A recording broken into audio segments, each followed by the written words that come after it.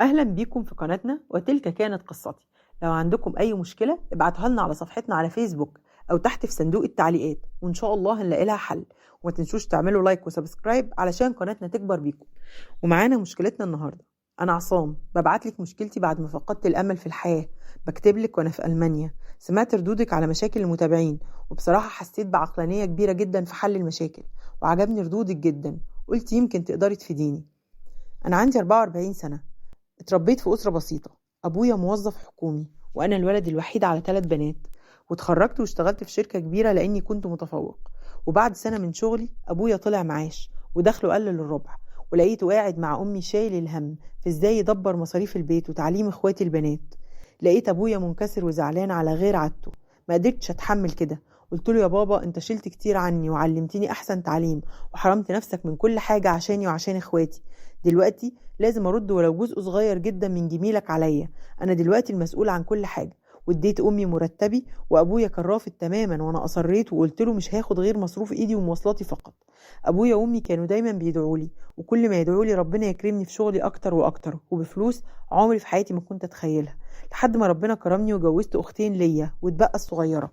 أمي كانت داخلة جمعية علشان تجهزها والحمد لله كانت آخر سنة ليها في الكلية واتخطبت. وبدأ أبويا وأمي يقولولي أنت لازم تتجوز كده القطر هيفوتك. بصراحة أنا عمري ما فكرت في الجواز لأني كنت مشغول طول الوقت بشغلي وتكوين نفسي وتأمين حياة إخواتي. كان وقتها عندي 30 سنة تقريبا. قلت لأمي بس أنا معرفش حد. قالت لي عروستك موجودة وبتحبك من زمان. قلت لها مين دي؟ قالت لي عبير صاحبة أختك الصغيرة. أصغر مني ب9 سنين وجميلة جدا ومن عيلة محترمة وبنت ناس طيبين. وبالفعل خطبتها واتجوزنا ولقيت منها حب عمري ما شفته قبل كده. كانت بتتمنى لي الرضا رضا. كان كل جمعة بنروح عند والدي أنا وإخواتي وكل حد بيتجمعوا عندي في البيت. ومراتي عمرها ما قصرت معاهم ولا في ضيافتهم وكانوا بيحبوها جدا. وبعد سنة تقريبا من الجواز اتأخر الحمل ورحنا لأكتر من دكتور ومحدش كان عارف ايه السبب. بعدها مراتي حملت لأول مرة وأجهضت بعد شهرين. وبعد سنة حملت تاني ووصلت للسادس واضطر الدكاترة يولدوها قيصري وطلعت محطمة من التجربة دي.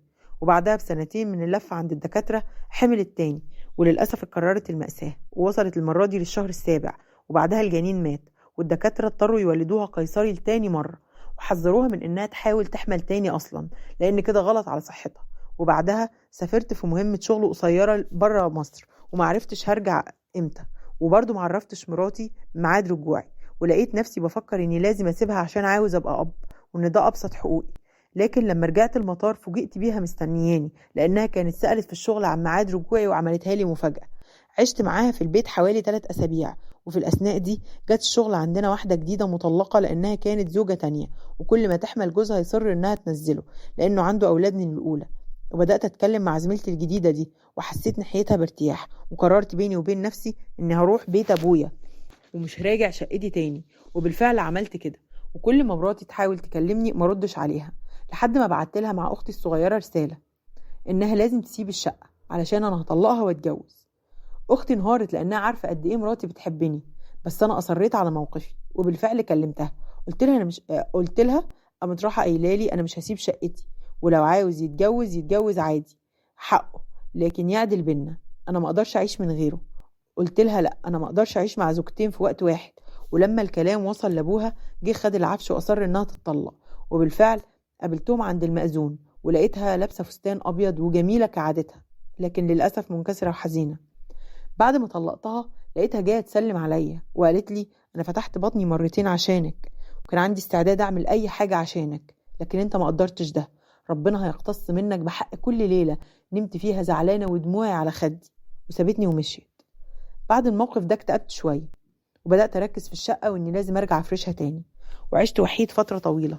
وفي الاثناء دي زميلتي اللي معايا في الشغل ما كانتش بتفارقني دقيقه وكل شويه بتشجعني اني اتجوزها. وبالفعل اتجوزتها وخلفت منها بنت عمرها دلوقتي 9 شهور.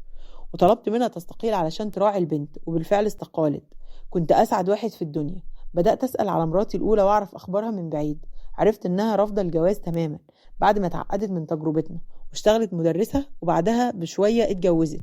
وعرفت انها حامل في شهورها الاولى واستغربت انها حملت لان الدكاتره حذروها.